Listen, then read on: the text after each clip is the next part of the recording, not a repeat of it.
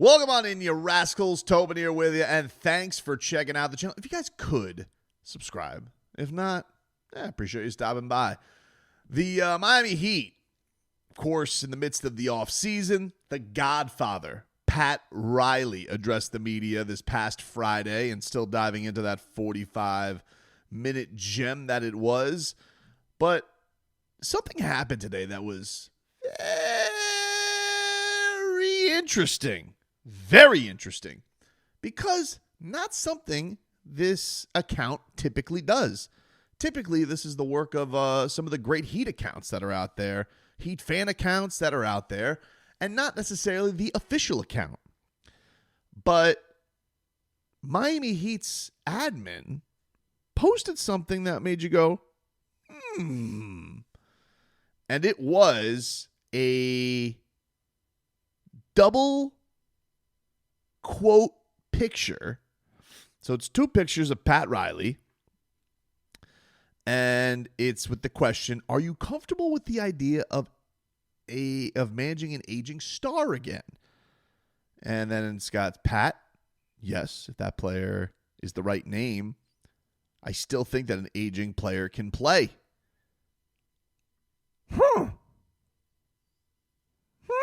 Now, it's not so much the answer that intrigues me, but I'm going to give you the full answer, the full context here, just for those who missed it on Pat Riley's presser on Friday, so you can get the back and forth. I believe this was asked by the great Ethan Skolnick from 5 Reasons Sports on the Heat's interest in managing an aging star.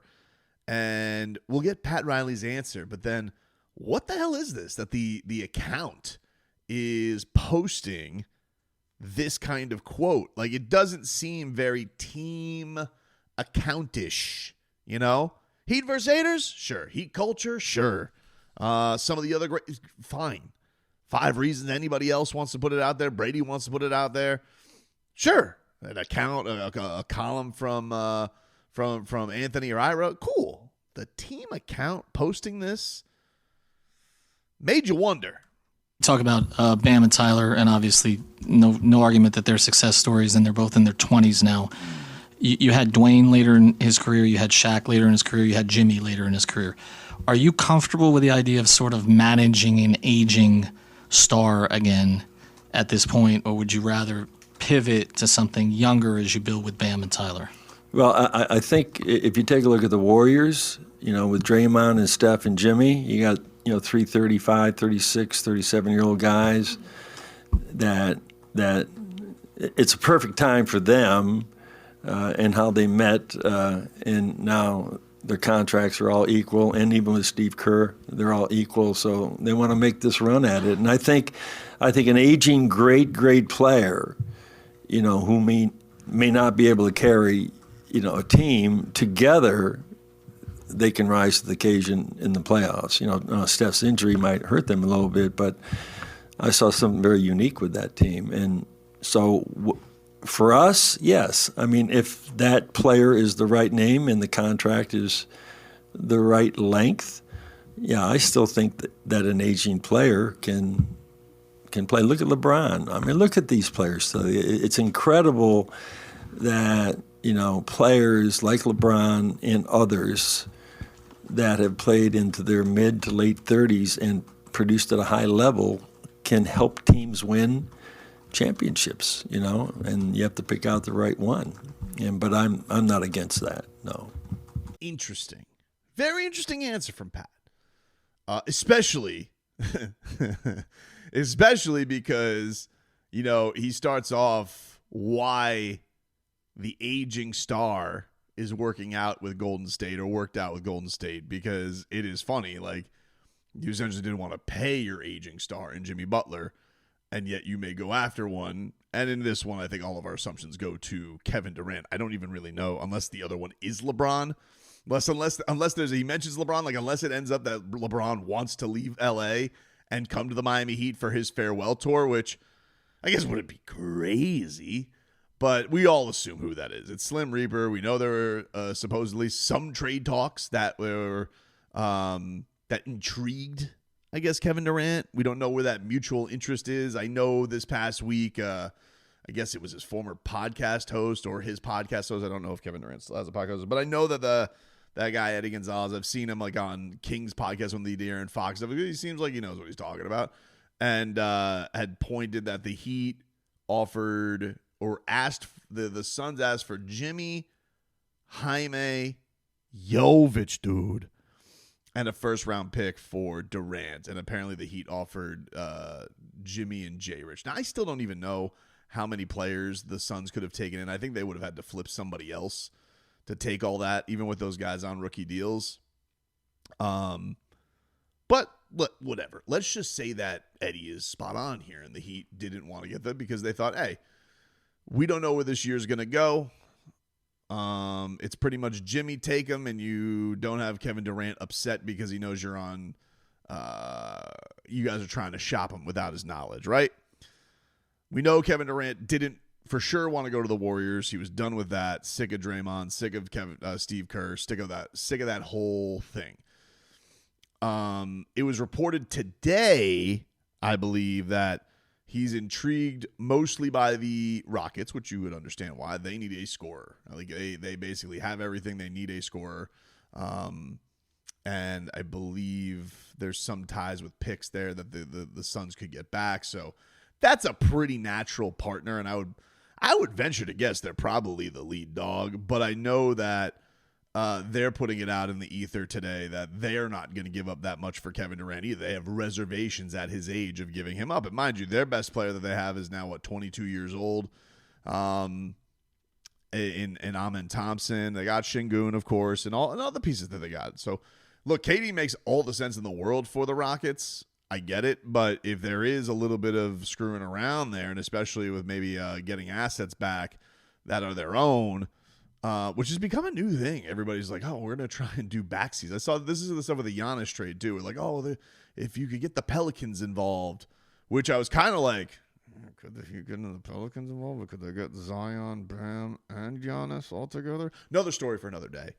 But as far as this is concerned, would the Heat have problems managing an aging star? I just think it's funny. Yeah, we are off the times where they just got done with an aging star in Jimmy Butler, but I understand. This is not something in a vacuum where I was like, oh, I get it. Jimmy doesn't necessarily play a game that feels like it's going to age that well. Like, he plays a rugged, physical game. He deals with a lot of knick-knack injuries. And like you're dealing with right now with the tailbone, he's had that. He has ankle problems all the time, knee problems. So foot problems, like a lot of that lower body stuff that, he doesn't have like the one that like he's never had like a Kevin Durant type Achilles injury or any of that. But he gets these things that like really, and it feels like especially early on in the season, really nag at him. And for a guy who generates so much of his offense at the free throw line, and I give this credit to Jimmy, and I always have, and so is Spo. He's not a foul baiter. Okay, a lot of people look at him and like, oh, he's bait. Jimmy really does crash into people to go get his fouls. He's not a flopping all over the place. Does he do it every night? Fine. I'm sure you guys could find a TikTok where he did it 7 times over his career. I'm saying for the most part, that dude goes and gets his free throws.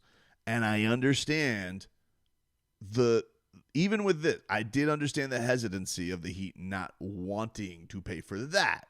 The other stuff, like the diva stuff, all right, I get it. Jimmy can be a pain in the ass with that stuff, but you've dealt with it for the longest time. That to me is like, hey, you knew what you had for all this time. Now you're just upset because you ain't winning the same. But the legitimate concern about the basketball stuff, I get. Durant feels like he will age better, even if he doesn't get to the free throw line as much or attack at the rim as much. He's one of the best scorers of all time. He's a breathtaking shooter. He's a breathtaking basketball player. He's 7 foot tall, no matter what he tries to get away with. And yes, that feels like it could age gracefully to early 40 very nicely. it feels like it could. He also feels like somebody who's not really in a rush to do anything. Like Jimmy has kind of made it. Like the one thing that's interesting about Jimmy is he went from a place where I didn't think Jimmy Butler was going to play very much past 35 because he just seemed like he wanted to go do other things.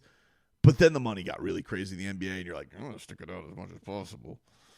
Durant legitimately feels like if the max contract was still like $15 million, right? Durant still feels like he would have played until he's 41 because he just loves basketball that much.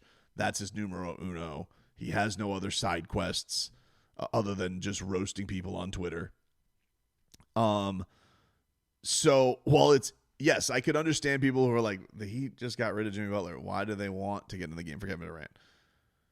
I just think it's one, how the game is going to age better for him. Even with him maybe having more significant injuries in his past, it does feel very much like the Heat want to at least explore that. Now, I don't know what the Giannis thing is going to do because we saw this with the Bradley Beal thing. Like, the Bradley Beal thing, they really were like, they scoffed at it because they felt like Dame was in the bag. Would they have gone about it differently? Would it have mattered? Probably not. But it's going to be interesting now with this Giannis thing, what it's going to take to get Kevin Durant. Because those reservations that the Rockets have, I think, are fair reservations. I don't think you should give up 3 or unlock a 4th first-round pick for Kevin Durant. He's got a year left on his deal. He, as much as he may be less drama than Jimmy, he hasn't really been less drama than Jimmy. He just goes about making a stink a lot quieter. He's requested off of his team. He wanted a coach fired. So it's not like he's a guy who's drama free. But I get it. He's not like a look at me drama guy. I think that's pretty clear. Like, few people can be the headache that Jimmy Butler can be when he wants to be. But it just should be known, like, hey, if this didn't go well. Now, I think the other thing that's intriguing about it is, right, it feels like the Giannis thing, and I talked about this in the other video, as much as I'm going to have fun with it, and I am going to have fun with it, I'm not going to back off and talk about the wild stuff, because what else do we got? But it does feel more realistic, because it's like, yeah, the Heat, I think, could come up with a package that the Suns would really dig, and it doesn't involve giving up Bam or Tyler. It feels pretty impossible that they would get Giannis without giving up one of those guys. I'm not saying it's impossible, and if it could, feather in the friggin' cap of Pat Riley if he was able to pull that off. But I'm talking about, hey, can they pull it off with giving up one of those guys? The Durant thing feels like, no, he fits right in. And I do feel like, Pat mentioned the blown leads, the Alva the humble star, all that stuff. A lot of that stuff seemed like it was pointing towards Durant. I know when it came out, like, it felt like it was leaning towards Durant. Now, is there somewhere that he could have put in the ways to get Durant and Giannis Antetokounmpo? They were getting too crazy. I'm just thinking crazy. But this is why I like to have fun. You guys don't like to have fun anymore. But can we talk about? I'm talking. Hey, could we get in a situation and we got to get the Pels in? Little Zion, little Bam, little Giannis. Shake it on up. I don't know. See, we'll see. But the Heat admin putting that out there, open to the right fit for us. When have you ever seen the account post something like that? Very strange, very interesting. God, I love the offseason.